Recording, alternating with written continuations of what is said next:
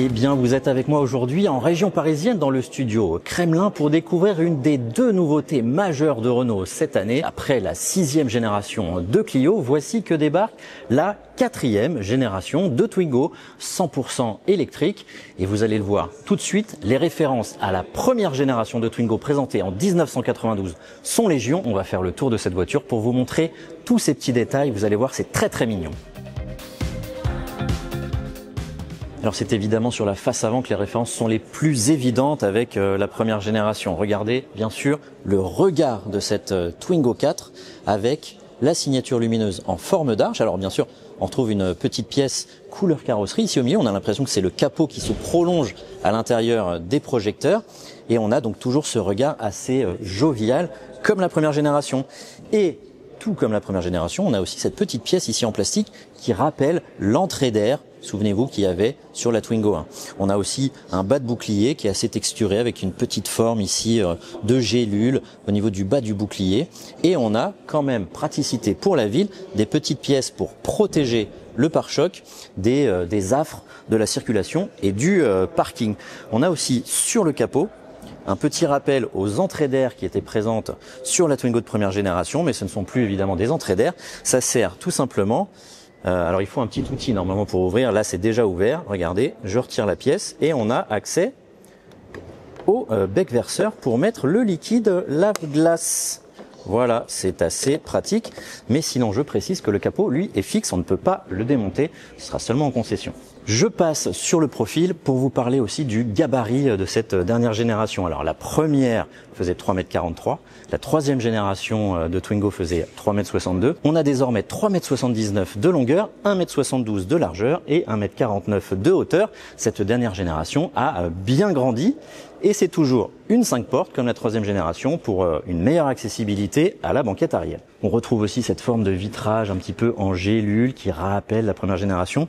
Et aussi, petit détail sur les poignées de portière avec ce rond, quand on met sa main, qui rappelle là aussi la poignée de porte de la première génération de Twingo, vous savez, avec sa petite tirette qui était à l'intérieur.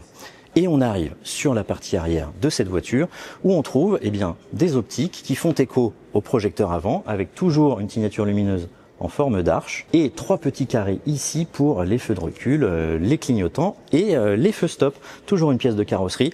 Vraiment, on a l'impression qu'ils se répondent entre l'avant et l'arrière, ces petits feux. On retrouve aussi sur cette partie arrière cette pièce qu'on avait découverte déjà sur le concept il y a 2 ans, qui a 2 fonctions. À la fois une fonction de design, puisqu'elle est couleur plastique brut et pas couleur carrosserie.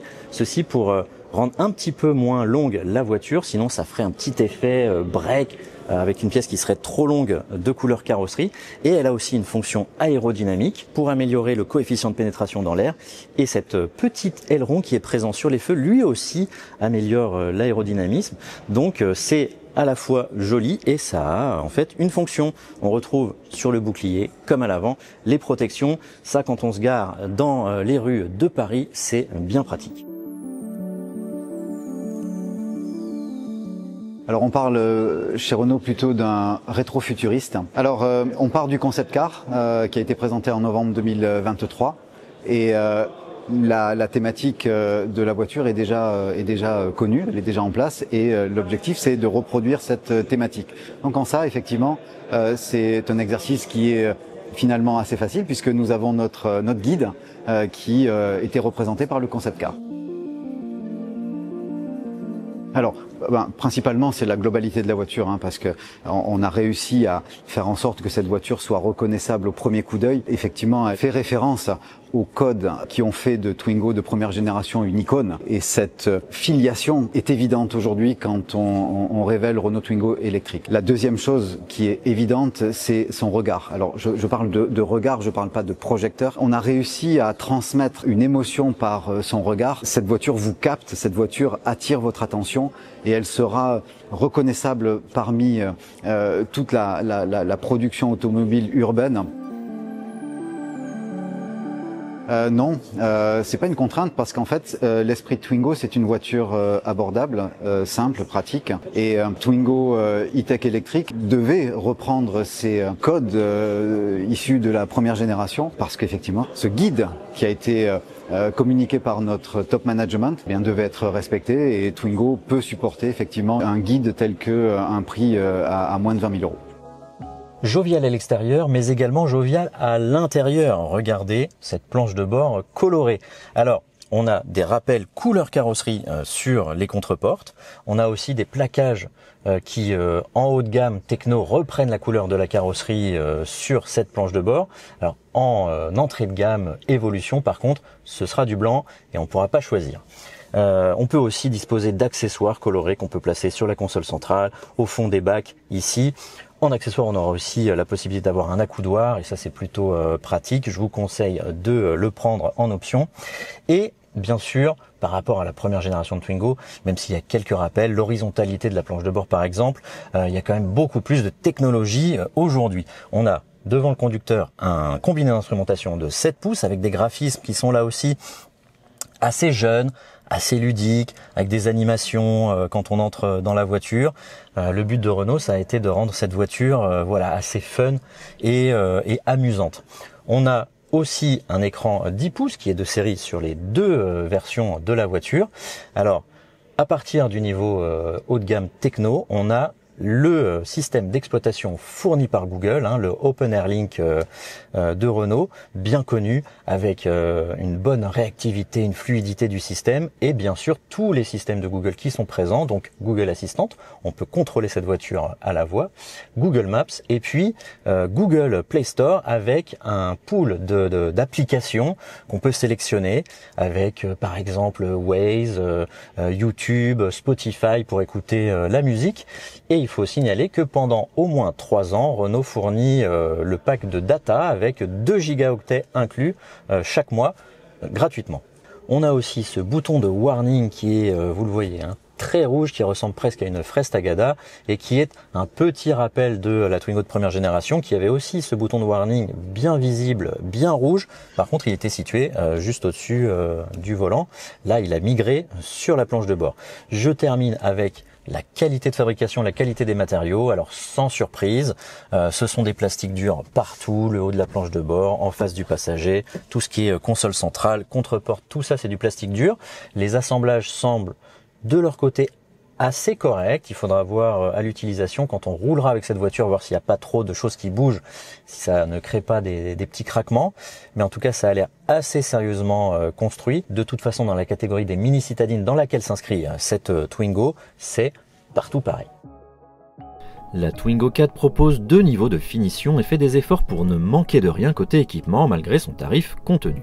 En entrée de gamme évolution, on trouve déjà, outre les aides à la conduite et les équipements de sécurité obligatoires, les 2 écrans numériques de 7 pouces pour l'instrumentation et de 10 pouces pour le multimédia avec Android Auto et Apple CarPlay sans fil, les sièges arrière coulissants et rabattables individuellement, la climatisation manuelle, l'aide au parking arrière et le câble de recharge mode 3. En passant au haut de gamme techno, on ajoute le système multimédia Open Air Link avec les services Google, le régulateur de vitesse adaptatif, la climatisation automatique, la conduite One Pedal, la carte main libre, la caméra de recul, les feux de route automatiques et le dossier de siège passager avant, rabattable en tablette. Le surcoût de cette finition reste bien sûr inconnu. On pourra aussi souscrire à quelques options comme les jantes 18 pouces ou la charge rapide, tout comme sélectionner des accessoires tels les U-clips déjà vus chez Dacia pour accrocher son sac ou éclairer le coffre par exemple, et des aménagements intérieurs colorés imprimés en 3D. Les tarifs sont annoncés comme étant dans l'esprit de la Twingo, c'est-à-dire abordables. Cette dernière génération de Twingo reprend un petit peu les aspects pratiques qu'on trouvait dans la première et la deuxième génération et qui avaient été quand même un petit peu perdus avec la troisième génération. Regardez, donc je suis assis sur une banquette qui est 2 places seulement. Cette Twingo est homologuée en 4 places et on a donc 2 sièges séparés avec la possibilité de faire coulisser la banquette et donc de moduler l'espace pour les passagers ou pour les bagages. Mais regardez, quand elle est reculée au maximum, j'ai quand même suffisamment d'espace pour les jambes. J'en ai pour la tête et d'ailleurs j'ai une belle vue sur ce ciel de toit qui est en fait gravé avec un nouvel alphabet. Figurez-vous qu'ils ont créé un nouvel alphabet spécialement pour cette dernière Twingo et on retrouve toutes les lettres ici embossées sur le ciel de toit. Mais par contre, on a des vitres arrière qui ne descendent pas, ce sont des vitres à compas, c'est une concession faite au prix de la voiture. Et côté coffre, on est plutôt pas mal, puisqu'on a, selon la position de la banquette, entre 250 et 360 litres, alors c'est en norme litres d'eau, c'est pas du VDA, et on peut avancer et reculer cette banquette, y compris à partir du coffre. On dispose d'un double fond séparé en deux pour pouvoir cacher en dessous, par exemple, un câble de recharge ou des sacs à main.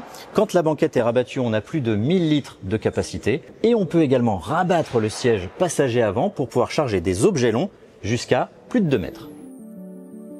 Techniquement, la Twingo fait dans la simplicité. Une seule batterie de 27,5 kWh de capacité nette qui permettra de parcourir 263 km en cycle mixte, un seul moteur de 82 chevaux et 175 Nm de couple qui ne permettra pas à lui de dépasser les 130 km/h en vitesse de pointe et passera de 0 à 100 en 12 secondes 1. Pour la recharge, en série la puissance est très basse avec 6,6 kW seulement, ce qui permet de passer de 10 à 100% en 4h15, mais en option le pack Advanced Charge permet de passer à 11 kW en courant alternatif, soit un 10 à 100% en 2h35, et ouvre la possibilité d'une charge rapide à 50 kW pour passer de 10 à 80% en 30 minutes. La plateforme, elle, est la même que la R5, la Ampere Small, au détail près que le train arrière multibras a été remplacé par un essieu de torsion en provenance du Capture pour contenir le coût de fabrication bien sûr.